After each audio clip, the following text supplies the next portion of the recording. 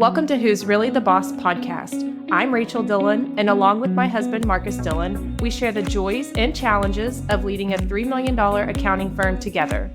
From team structure to growth strategies, we share our leadership successes and failures so you can avoid the mistakes we have made and grow a valuable accounting firm.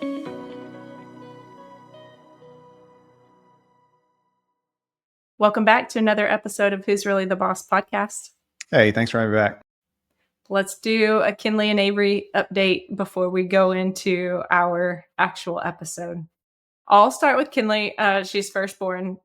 I don't have any favorites. I just talked to her the most recently today. So Kinley is doing good. She is officially initiated into her Chi Omega sorority. Heard from some friends that we really got off easy on her dues. And so that's really good. And we are looking forward to seeing her over spring break coming up right as we're recording this. And so we are headed skiing with the girls, and that'll be exciting. So I think that's really her main update right now. She still has not found a way to have like an actual job and is still making money on baking things or painting things or sewing things for people. So right now she's just doing like odd and end jobs, thankfully using her talents to make a little extra money. But we are looking forward to her having something a little more stable coming up after this semester. Yeah, we'll have to, I think we'll have to also share about the boy and how he reached out to me. I think that would be funny. Okay, well, let's just go there. Okay, Yeah. So which shout out because he may be listening to this podcast episode, but I doubt Kinley has a friend there who reached out and scheduled time to talk with you about our recent M&A deal with the accounting firm. And so that's really cool. He is a business student and looking to go into finance and or accounting, probably more leaning towards the finance side as he's looking at internships and things, but was interested and then just made that connection, expanded his network a little bit, and met with you before more than he talks to Kinley. So I think he talks to you now more than he asked talks me to Kinley. a question about his homework too. Like what's the biggest challenge for small businesses? And I was like, is your professor asking you this? Do I need to get credit at Baylor for this? But yeah, like was super impressed. Maybe something works out. Graduating in 4 years with a, double in finance and accounting, wants to go M&A because that's like finance is so much more fun, I guess, in the terms of how it's talked about in college. So accounting's not. And then the other thing that came out of that conversation, I mean, he's 20 years old, and he's like, I love real estate too. I own the condo and get rent from my, friends who live here with me. And I'm like, dude, that's awesome. Like little investor entrepreneur. So yeah, it's kind of cool. He's killing it. So that's awesome. So Kinley is surrounding herself with really great people there as well. So that's fun to learn about. All right, Avery update. Yeah, so Avery finished high school swim season. No tears were shed, I don't think, because we have a lot of swim, in front of us. But, finished her high school career well. I think she got a second place medal and a third place medal at state. So really good. And it was their first year to be in a 6A conference in Texas. So really good, talented folks swimming against her. So couldn't be more proud of that. And then, we had the very next weekend was a national meet in Nashville, Tennessee that we went to, and the kids still dropping time in various races. And it's kind of cool because right now, if you follow swim, I'm sure we'll talk about it next year if we're still on the air, right? But Big 12 in SEC and everything's building to NCAA swim meet. And so last weekend, Big 12 was on, which is the conference that she'll be swimming in next year.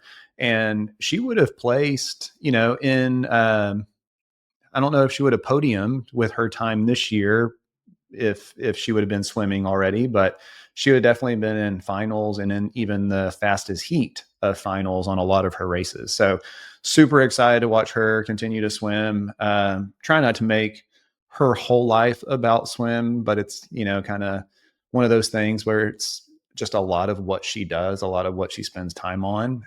She also has like prom coming up, which I think finding the right prom dress has been, it's been interesting, I guess. We have ordered and returned, I think, 2 now. We have talked through what tens, dozens, I don't even know. We've talked through a lot, but we've purchased and returned 2. And today, the newest development with prom plans is that they want to go to our lake house for prom, which is 2 hours away from prom. We are invited. We are invited. We are need to be the chaperones there. That's the good news.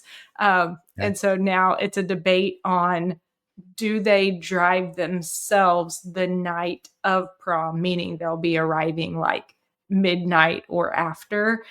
And that is still to be discussed because I don't know how comfortable I am with 10 or 12 teenagers driving super late at night for 2 hours. So, Yeah. anyway, more to come on that. But yeah, prom is big for her right now as well too. So Yeah. Well, I kind of like that idea just because that means that I get to go to the lake house. But it's fine. So it's fine. yeah, it'll be fun. Okay, today's episode, I would love for us to talk through because this has to be at the top of most accounting firm minds right now is, where is the bottleneck in our firm?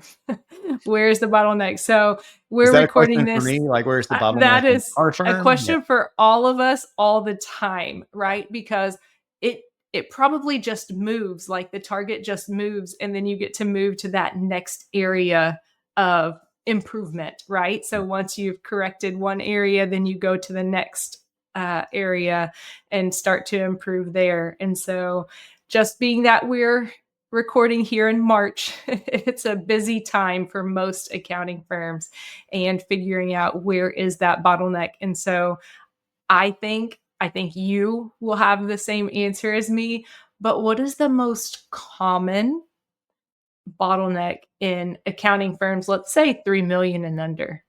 Yeah. It's got to be the owner, like whatever the owner needs to be involved in. And the only way that owners solve for the bottleneck is they work more, so your car's the first one in the parking lot, it's the last one to leave. If you're virtual, you're the first one booted up, and in Teams, you're the last one, and you're always on too, right? Like you're always waiting for someone to ping you, because if you're like me, you don't want to slow that person down. You want the trains to keep running, you want your team to keep being proactive, and as a result, you're always on.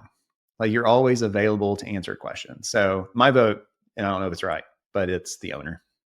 I think so. I really, I feel like that's common in most places. And I think that, we call it the bottleneck, but I think most owners are trying to be kind and trying to be respectful of their team and trying to be helpful to the team and the clients. And so they just think, if I just do more or if I just do it faster, it helps everyone else out.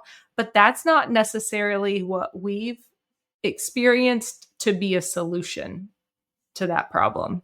No, yeah. And even though we talk a lot about delegation and building team, there's the right way to do that and there's the wrong way to do that. And this is super fresh. As many of y'all know that have like followed us, like we just recently acquired another firm in another city. And that question I ask myself all the time, like, where's the bottleneck? Because as a team of about 20 people now, some people have capacity, some people have zero capacity, or like just have way more work than they know what to do with. And so whenever you have this like holistic view of your whole business, all your team, like your main job as a leader is to be like asking that question of like, where is the bottleneck? Where's the bottleneck today? Where's it going to be tomorrow? Where's it going to be next week?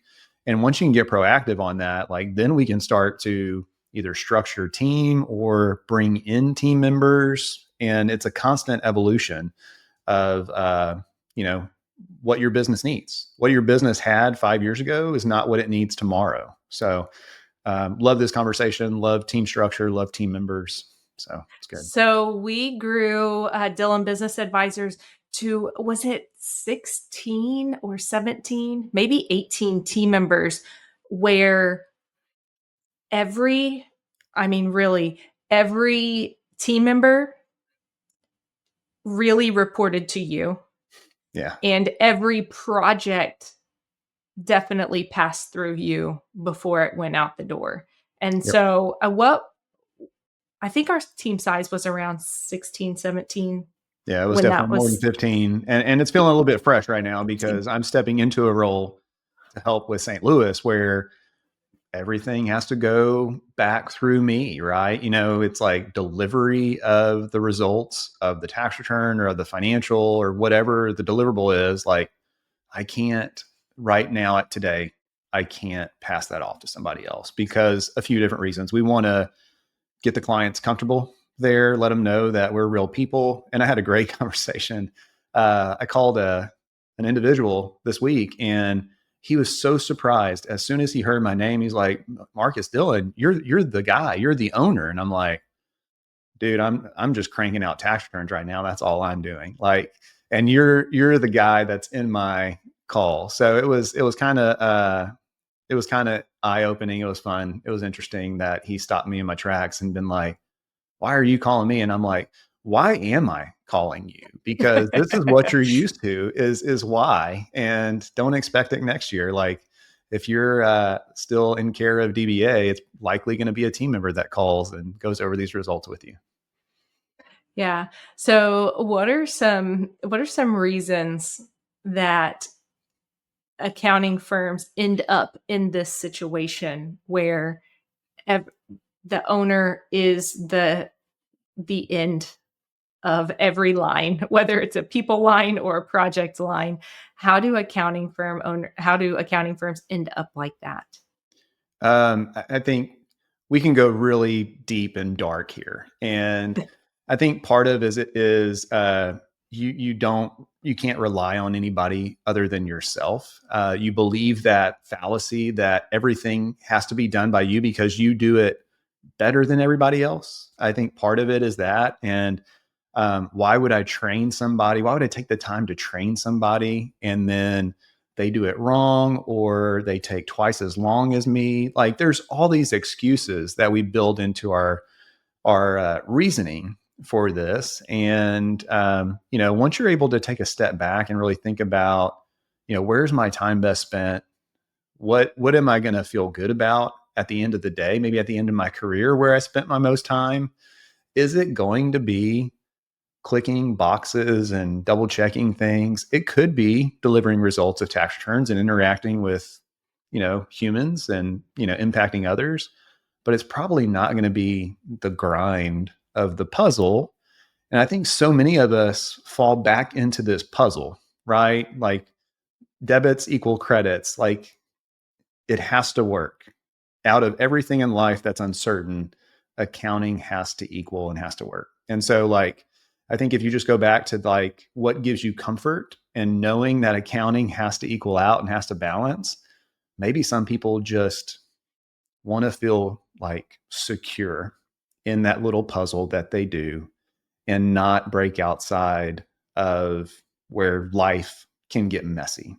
And part of that is just, whether it's comfort, whether it's disbelief that anybody can do it as better than you. Both of those are completely false. I think we're called to so much more. I think elevating others, including our own team members, is part of why they're in our care to begin with, And so, but yeah, I think it's those two for a lot of people. Yeah. And I think too, and I'll just go super surface level, simple. One reason that it ends up there is because really the owners just don't know who to delegate it to and how to empower that person. It may feel like everyone's busy, or it may feel like the people that you have around you don't have the appropriate skill set to do some of the things, or maybe it's even just the experience. Like, they have the skill set, they're very capable, but it would just be better if somebody with a little bit more experience than them could just kind of review it or check it. So I think first is really looking at who is available in your team, like who is already there and what can be delegated. And we always say this is a mindset shift for a lot of people: delegate to elevate. Not delegate because you don't like doing the work or because you don't want to work or you're tired of being the first one there and the last one gone. That's not the purpose. The purpose is really to elevate that next person and start developing them as even a leader within the team, but definitely within their area of what they're working on. Yeah, and I think the piece there is, there's this theory, the law of the lid. So like because of your leadership skills, maybe your organization can only ever grow to the level that you feel comfortable with. And even if you think about like the work that you do, the work that you delegate, the work that you allow others to do, it's because like of your comfort level. So bringing other people into this conversation, surrounding yourself with other people like outside of your organization that are trying and experimenting and like doing different things is a real big recommendation. But I also go just back to, whenever you assess like someone's skill set, like that they've been placed in your care as a team member, they are likely better at some things than you are as an owner. So you have to figure out what those things are. And part of what we've done over the years is we've hired and accumulated a great team of people that came from a variety of backgrounds. Some came from accounting and tax and were technically trained, but some came from other industries, some came from education, some came from, just people that we met along the way.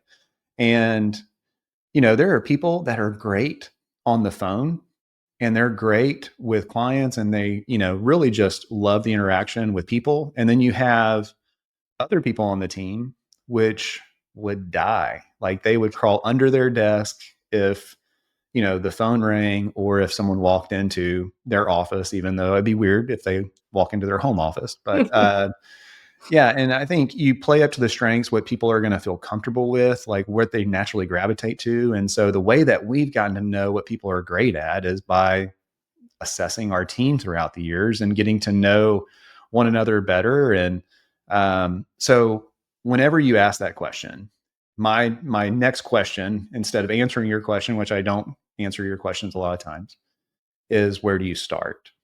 And I think where you start is with who you already have. And so with who you already have, like what's the skill sets that make up that team? How are those people naturally wired? What are they good at? And then you start aligning people to tasks which they're naturally probably good at and gifted at. So that's a very long answer, but that's kind of full circle of like, where do you start? And, I think we've done a really good job of that over the years. Yeah, so I mentioned that we were definitely had a bottleneck within the team. It really was to a point where there weren't any more hours in the day that we could give. We were working all of the hours that we could work, all of the days of the week that were available.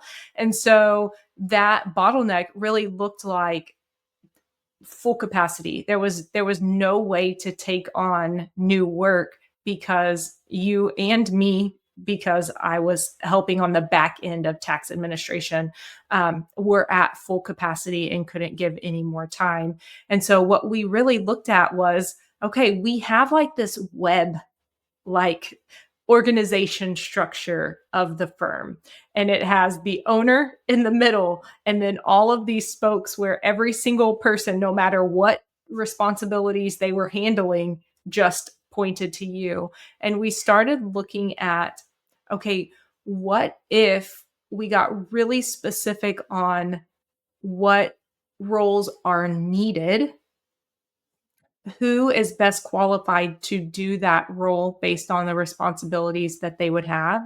And then we started putting that in a structure where we could share some of those review type responsibilities where we could share some of the more complex production type responsibilities. And it wasn't all just going to be in one person. The other thing was taking some of those administrative responsibilities as well and making sure that a person who could handle those would then be in charge.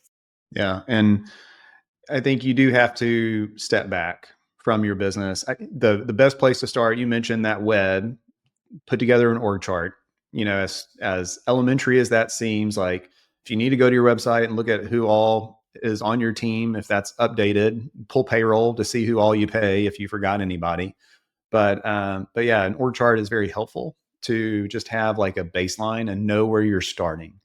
And then as you start to adapt, develop, different roles, maybe different skill sets, I think that's where you, as like, just like a coach does with any team, like how are you going to build the lineup? How are you going to evaluate who the best point person is for any given role? And by knowing who's on your team, you kind of have to get creative in that. So, talk through a little bit about we reorganized our team, and it was because we were full capacity. We couldn't take on new clients. We had people calling that wanted to be clients, but it was very difficult to say yes and feel confident that we were going to serve them well because of our lack of capacity. So, really talk through team of three and how that structure was born for DBA. Yeah. And hopefully I can even answer the question of where's the bottleneck today in DBA, or where could it be? Because that's the other thing. Like I know where, if there was a bottleneck at this position, it would really impact all levels of team. So we thought about it. We had a variety of different services. We had tax and accounting. We had some attest services, and no one person was involved in all three. We kind of had these silos set up, which is no different than firms I've worked in and I've had friends work in. So, what happened in those silos stayed in those silos, and a lot of the knowledge that related to the same clients that were in all three silos never got holistically applied to the client. An example of that is, we made an S corp election on a client and had somebody different that was doing the business returns, that was doing the individuals. And so when a person picked up the individual return weeks later, they didn't pick up the new W-2 for the S corporation that was done and planning and all this advisement. And then we had to amend the return. We caught it, but still, it's like, once something like that happens, it starts you down this path of like, this can't be the best way possible. So we essentially needed to bust the silos. And for our client base, given the size that we wanted to be, we knew that we could bring all the silos together and create a team that does payroll and bookkeeping, accounting and tax, and advisory. And so we applied that team to the team of three, and each client has a team of three that does each of those services. Now, not everybody is a monthly advisory client or anything like that, maybe only an annual client. And they are fully served by a client service manager, a client controller, and a client CFO throughout the year. And they're supported with the rest of the DBA team. So, and that could be administrative positions, that could be like director level positions, which help overview and may jump in and help advise on tax or different things that are going on. But then the other kind of benefit in the structure, once you develop the roles, is other CSMs, other controllers, other CFOs, you're learning together and your client benefits. So you're kind of working together within this larger organization, and clients are on the receiving end of that internal team member improving, them getting smarter, them growing, them doing more personal development. And that happens because they're working alongside their peers that are very similar in their role. And we see it all the time in teams. It's like, hey, who knows how to do this within QuickBooks? And it's usually, let's say a CSM posts that question, another CSM will chime in like, hey, let's jump on a call real quick. I'll show you how to do that. And like, that's the goodness once you start to develop roles, and then once you start to develop structure within team. Yeah. And so By implementing the team of three structure, where we have a dedicated person for bookkeeping, payroll, sales tax, a dedicated person that supports the client service manager and provide tax preparation and tax projections, and then a client CFO who supports both of those team members and the client with business advisory, business strategy, and looking at overall tax plan there as well. Then we were able to really start finding efficiencies for those roles and being very specific on what are the responsibilities for those for each of those team members to do for each client. Yeah. Having that team in place, and even going through the new firm, right? The new firm that did not have that in place, and remembering back pre team of three in DBA is very helpful right now. So I think it helps to see where improvements can be made on these group of clients that we're now kind of getting into the DBA structure. Obviously, supporting team members once they have a defined role. They know what success looks like in that role. They know what responsibilities are in their care for a client. And then they also know who supports them, right? So they don't have to come to a partner level for everything. And so I think those are the things that we're starting to realize again, or it was reminders with here, this recent acquisition.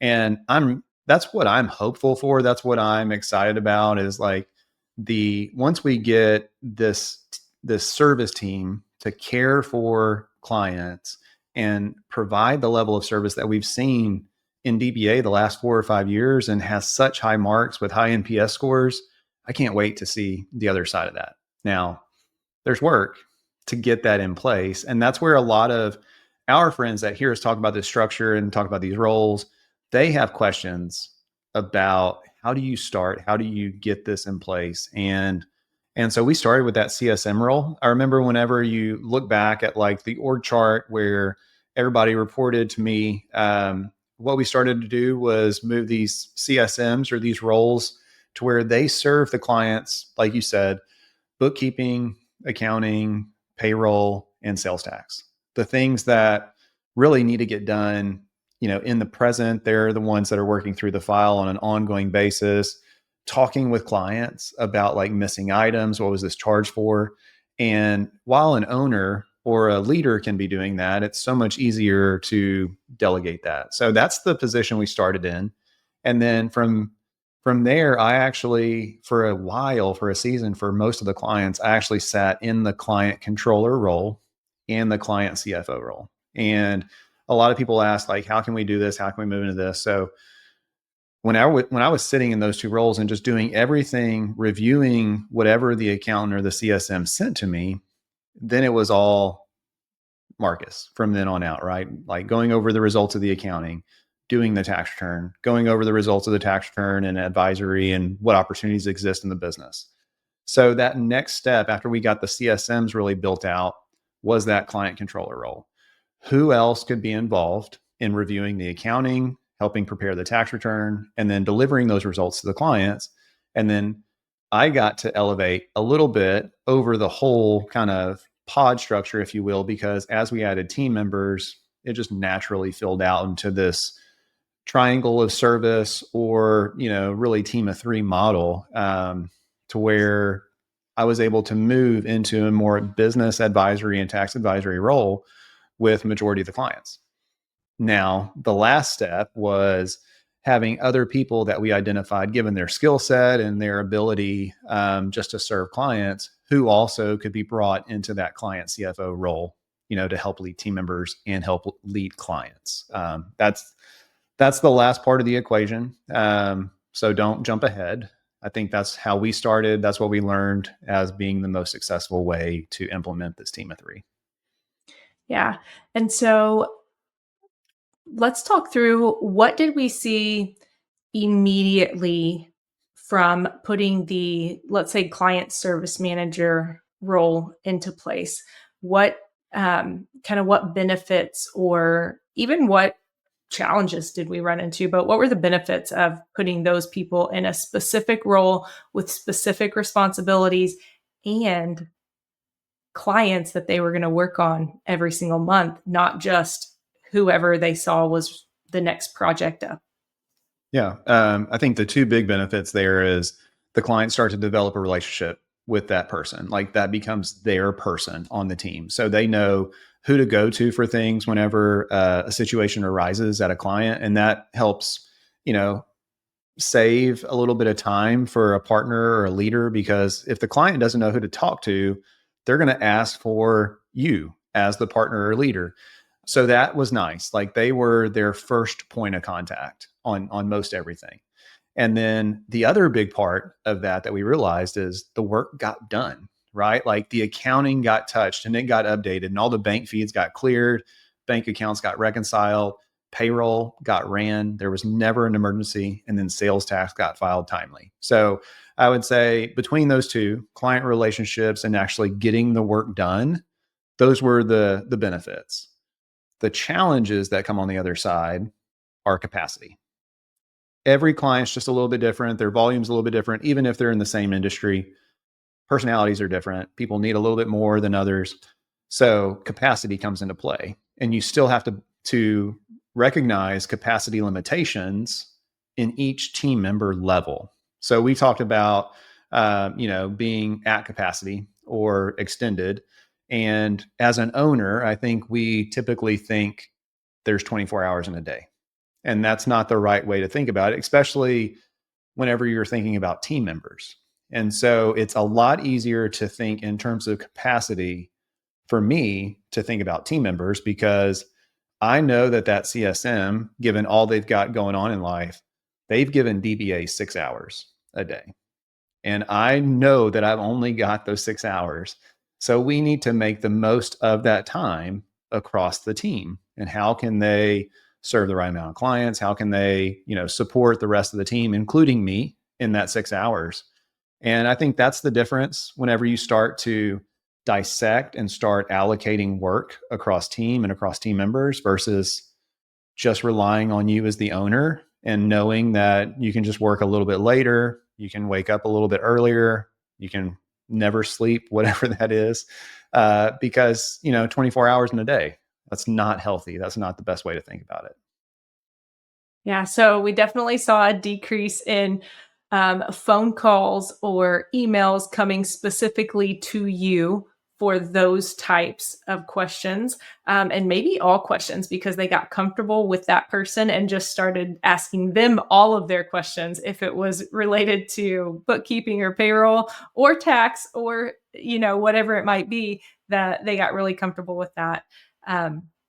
So that's something really good to highlight. And then the other part of that work was getting done. There was no, we accidentally, like we got 2 or 3 months behind, but it's okay. They're not really looking at it very often. We'll get them caught up when it's needed. That was coming in, but it was all still coming to really one person. So multiple people are doing work that's then coming to one person. So created a little bit of a bottleneck again.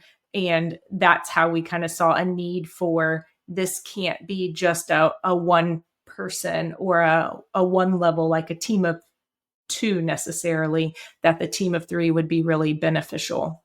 Yeah. And then the other piece there, every business is going to have, team members transition and onboardings and offboarding. So whenever you have more than just a, 2-man team, it helps with that consistency and service. And so with that team of 3 model, if you have a team member leave, you've still got majority of the team likely in place to help continue to serve the client.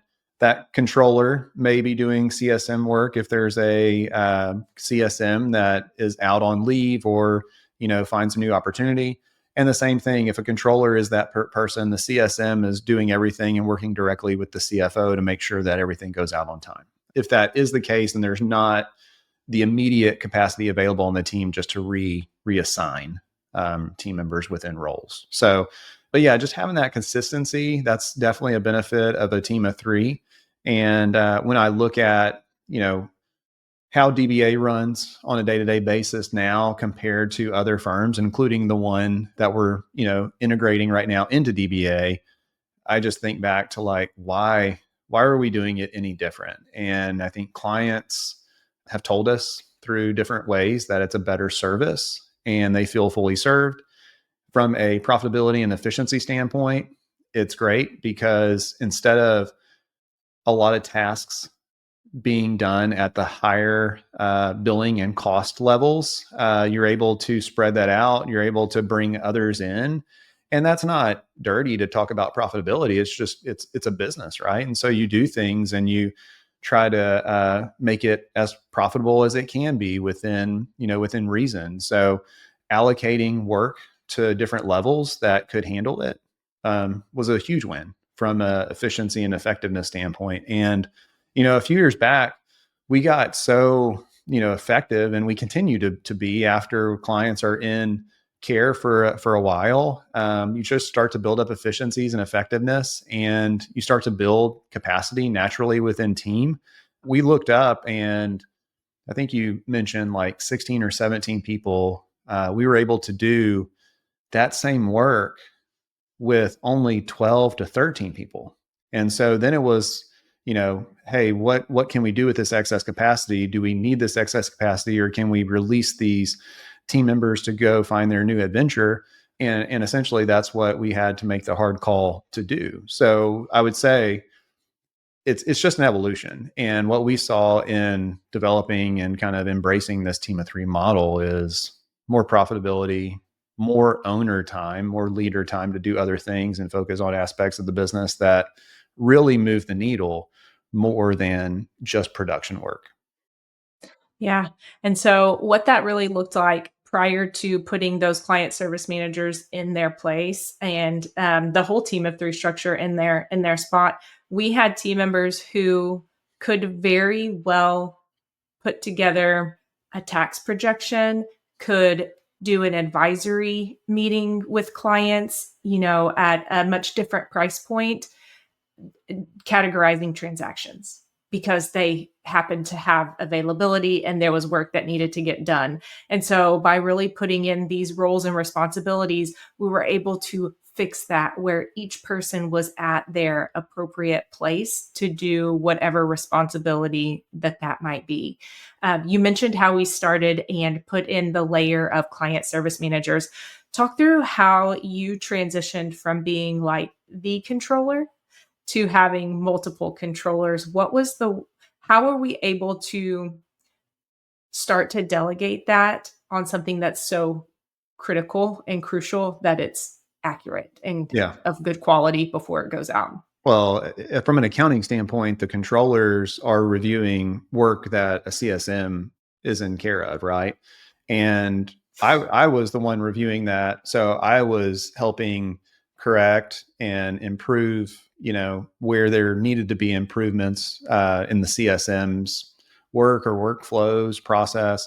So by the time those existing clients and those existing CSMs had a controller come into place, the review was, I don't want to say easy, but it was easier than just starting from scratch, right? Because you already had one set of eyes on it. You already had a dedicated, highly qualified person that was doing that work. So you would hope that the review just kind of moved from me to somebody that was probably reviewing it a little bit better and leading those CSMs a little bit better than I had time to do. So really that also just elevated the role of controller as, being the point person for CSMs, helping review accounting, taking point on the tax return. And so delegating that role of tax, really preparation was big. And we have software and technology that gets majority of that into the tax program. But controllers then would,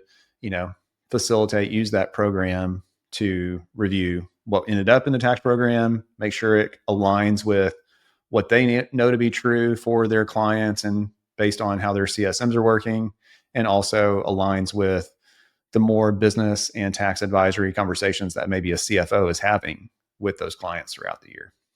Yeah.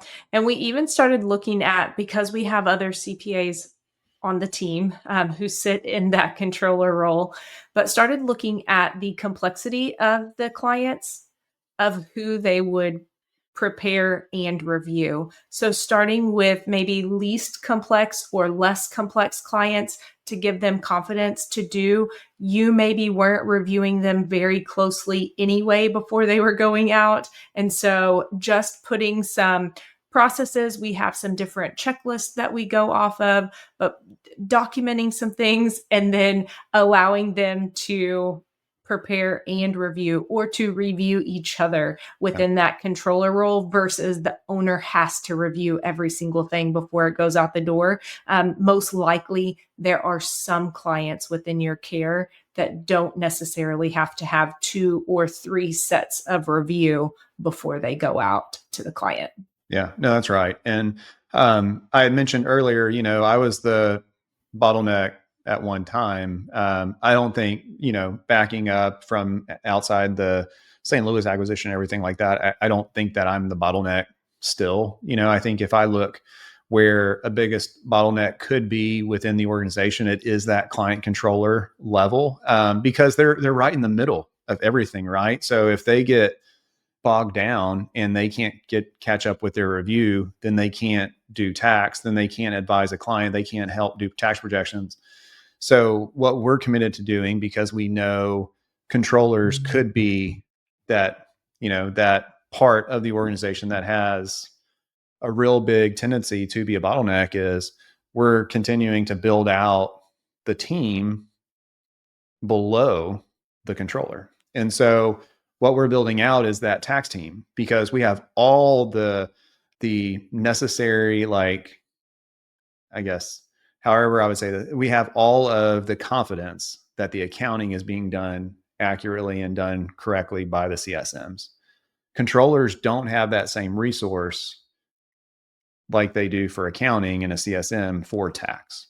And so now what we're going and investing in is that tax team that can support the controllers to kind of give them more options than just working in a tax program all alone.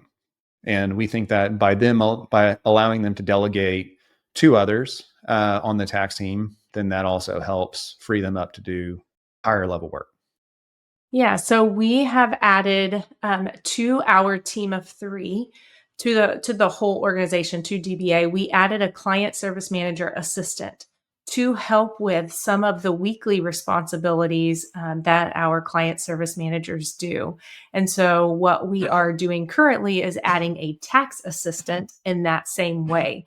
And we talked about restructuring or reorganizing a whole firm, right? So that you can have specific roles and responsibilities that have dedicated workflows and dedicated clients specific to the person so that they can build up efficiencies. And so I would say for teams maybe that are very small, like teams that maybe have 4 people or less, or maybe for owners who aren't ready to take that leap and reorganize or restructure, there are ways that you can still delegate things we mentioned earlier, like administrative tasks. Those can also be delegated out. So outsourced. What we did is probably not the advice we would give. We delegated some of those administrative responsibilities to the spouse. That's not a great plan if you're increasing your capacity and want to spend that extra available time with your spouse. If you delegate things to them, then they have less capacity to spend time with you. So that might not be the best way to go. It might be if they have enough capacity to do that and take that on. But that's something to remember. So I know that we have firms and friends that have outsourced their accounting firm accounting and payroll to a like a virtual assistant or an outsourced bookkeeper. We have a lot of firm owners who also are delegating out like their emails and their scheduling to a virtual assistant. So there are ways to increase capacity depending on where you feel you could start to create that capacity so that you are no longer the bottleneck. There are multiple ways to start making that happen within your firm. Yeah. I remember in one of my first mastermind groups, our friend Jared was talking about, you know, different things and how he could create capacity for himself as the partner, and his wife worked in the firm. He's like, I think I'm going to delegate my email to her. And I'm like, that sounds like an awful idea. Like you go on vacation, your email follows you, assuming you take your spouse, right? So let's think about this, big picture, and not maybe, and learn from our mistakes too. So All right. So we covered kind of delegating in two ways. One, reorganize or restructure your team and how they're set up so that you can have dedicated roles or responsibilities.